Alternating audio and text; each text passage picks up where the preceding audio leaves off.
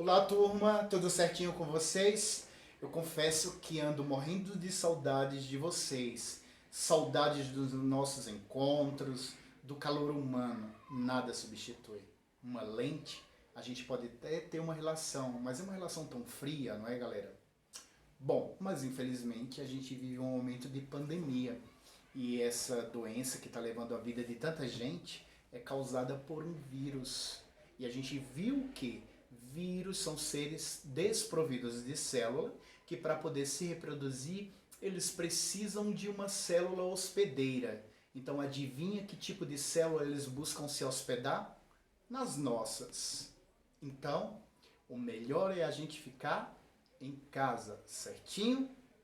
Então, turma, agora dando continuidade ao estudo dos compostos químicos da célula, a gente vai continuar com os compostos orgânicos, porque a gente tinha visto em sala de aula os compostos inorgânicos.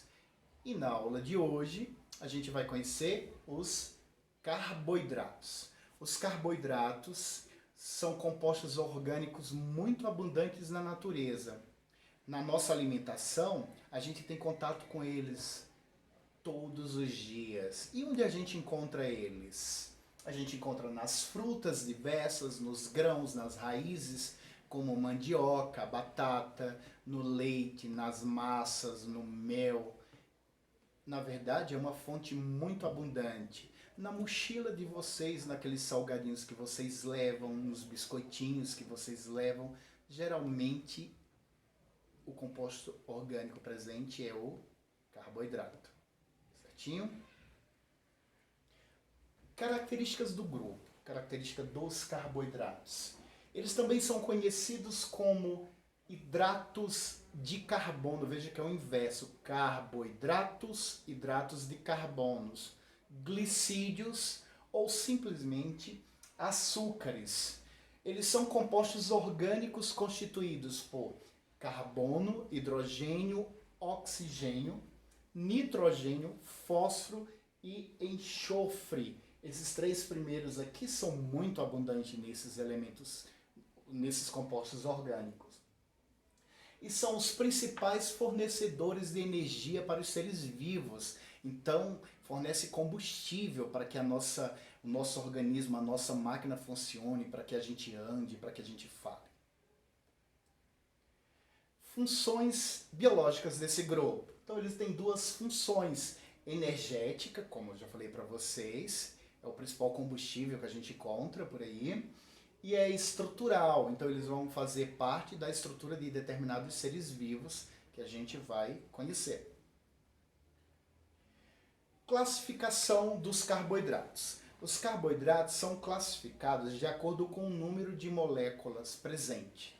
Então, os monossacarídeos, mono apresenta apenas uma molécula. E nessa molécula vão apresentar de 3 a 7 carbonos, ok? São açúcares simples, não sofrem hidrólise. Por que não sofre hidrólise? Porque é uma molécula já, chegou na menor porção do carboidrato, então ela não sofre mais quebra. E apresenta uma fórmula geral, CH2ON. Esse N vai corresponder ao número de carbonos da molécula, no caso, que vai variar de 3 a 7. A gente vai aplicar no próximo slide a fórmula. Então aqui eu tenho uma tabela para que eu apresento para vocês a fórmula, CH2ON. Aqui na primeira coluna a gente tem o número de carbonos da molécula, a fórmula que vai ser formada de acordo com a quantidade de carbonos e o nome do elemento ou o nome do açúcar formado. Então, por exemplo, se são 3 carbonos, colocando 3 aqui na fórmula vai multiplicar todo mundo que está dentro do parêntese. Então fica C3H6O3, ok? C3H3O3. Como são 3 carbonos, recebe o nome de triose. Vamos fazer com o próximo. 4. Aplicando na fórmula, colocando 4. Então fica C4 H8O4. E o nome do açúcar, tetrose. E assim vai acontecer com 5, com 6 e com 7. Com 5, o açúcar pentose. Com 6, hexose. E com 7, heptose. Dos monossacarídeos, eu coloquei aqui um asterisco, 2 são extremamente importantes, que são a pentose. A pentose, por quê? Porque é um açúcar que tem 5 carbonos. Nesses açúcares, quem faz parte? Ribose e desoxirribose. Ribose, que vai formar o ácido ribonucleico, que a gente vai ver em uma aula na frente, sobre os ácidos nucleicos. E desoxirribose, que forma o ácido desoxirribonucleico. Então, esses ácidos nucleicos estão presentes em todos os seres vivos. Além dele, um outro que merece destaque é a hexose. Por quê? Entre eles se destacam a glicose, a frutose e a galactose, que são açúcares simples que fornecem para a gente energia. Especialmente a glicose, que é capaz de atravessar a membrana das células, entrar na célula levando energia, fornecendo energia para as atividades celulares. O segundo grupo de carboidratos são os oligossacarídeos. Vejam que os oligossacarídeos, eles apresentam de 2 a 10 moléculas. Os monossacarídeos apresentavam apenas uma. Aqui eles apresentam de 2 a 10. Esse prefixo oligo quer dizer poucas moléculas, certo? São unidos por ligações glicosídicas. Então, um monossacarídeo se liga ao outro, ele se conecta ao outro por meio de ligações. E o nome dessas ligações são chamadas ligações glicosídicas, que lembra glicose, tá bom? Sofrem hidrólise por desidratação. A gente viu no grupo anterior, os monossacarídeos não sofrem hidrólise. Por quê? Porque é uma única molécula. Aqui, como já são duas, uma molécula pode ser separada da outra por hidrólise. Quando ocorre isso, ocorre a perda de água. Então, no caso, é uma hidrólise por desidratação.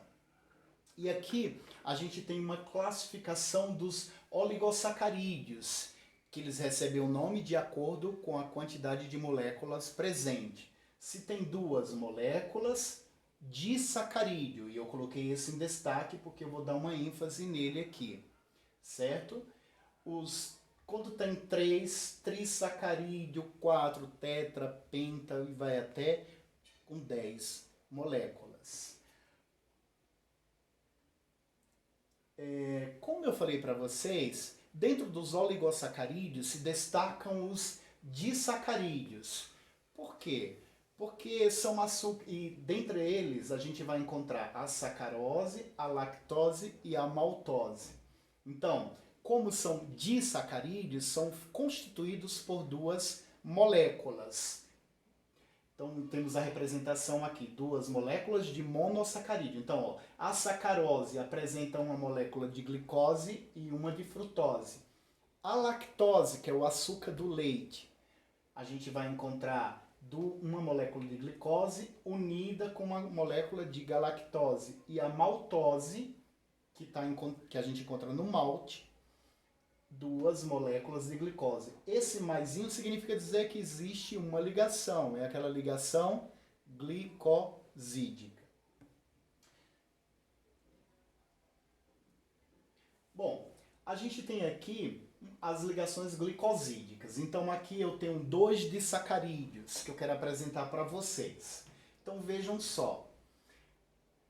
Nesse primeiro disacarídeo aqui, eu tenho a maltose, que é formado por 2 moléculas de glicose. Então vejam, aqui eu tenho o primeiro monossacarídeo e aqui eu tenho o segundo. Eles estão unidos, ligados. Eles estão ligados por meio de uma ligação glicosídica. Vejam que nessa união aqui, nessa conexão aqui entre um e o outro, vai formar uma molécula de água, de H2O.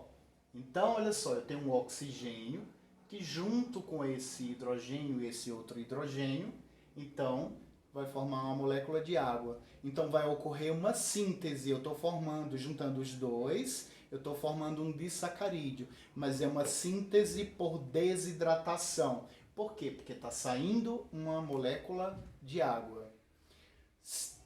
Para poder quebrá-lo, eu vou ter que trazer a molécula de água. Então é aí que sofre a hidrólise, a separação das moléculas. O mesmo ocorre com a lactose. Então eu tenho aqui, olha só, a lactose, que é o açúcar do leite. Eu tenho um monossacarídeo, galactose, juntamente com a glicose. Vejam aqui a união dos dois, ó, forma exatamente um oxigênio com um hidrogênio e outro hidrogênio, forma H2O. Vai ocorrer o quê? Na síntese libera uma molécula de água e para separar eu tenho que trazer de volta a água.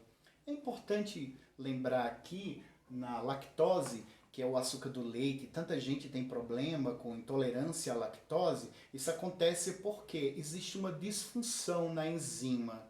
A enzima ou não produz, ou essa enzima não funciona para quebrar, porque para cada tipo de substrato vai existir uma enzima específica que a gente vai ver lá no grupo das proteínas. Mas, por exemplo, a lactose tem a enzima lactase que quebra. Quando o indivíduo não produz ou ela não funciona, então não vai ocorrer a quebra, a separação.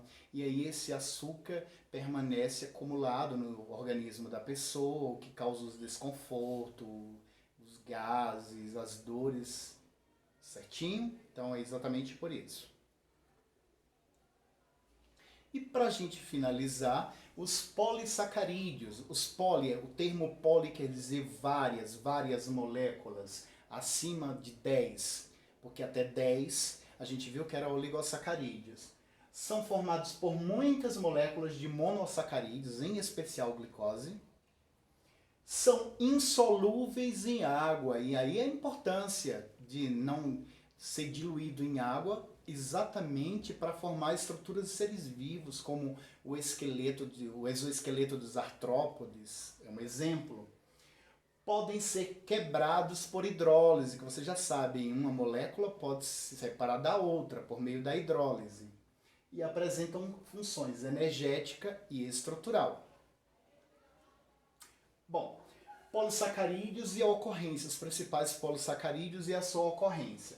Então a gente tem os polissacarídeos estruturais, que são eles: a celulose, que vai ser encontrada exatamente é o carboidrato mais abundante na natureza. Ele vai formar a parede celular das células vegetais. E a gente viu que é uma das diferenças, o que diferencia célula vegetal de animal é exatamente essa presença da parede celular. Então é uma função estrutural, porque ela reforça, ela protege a parede, certo?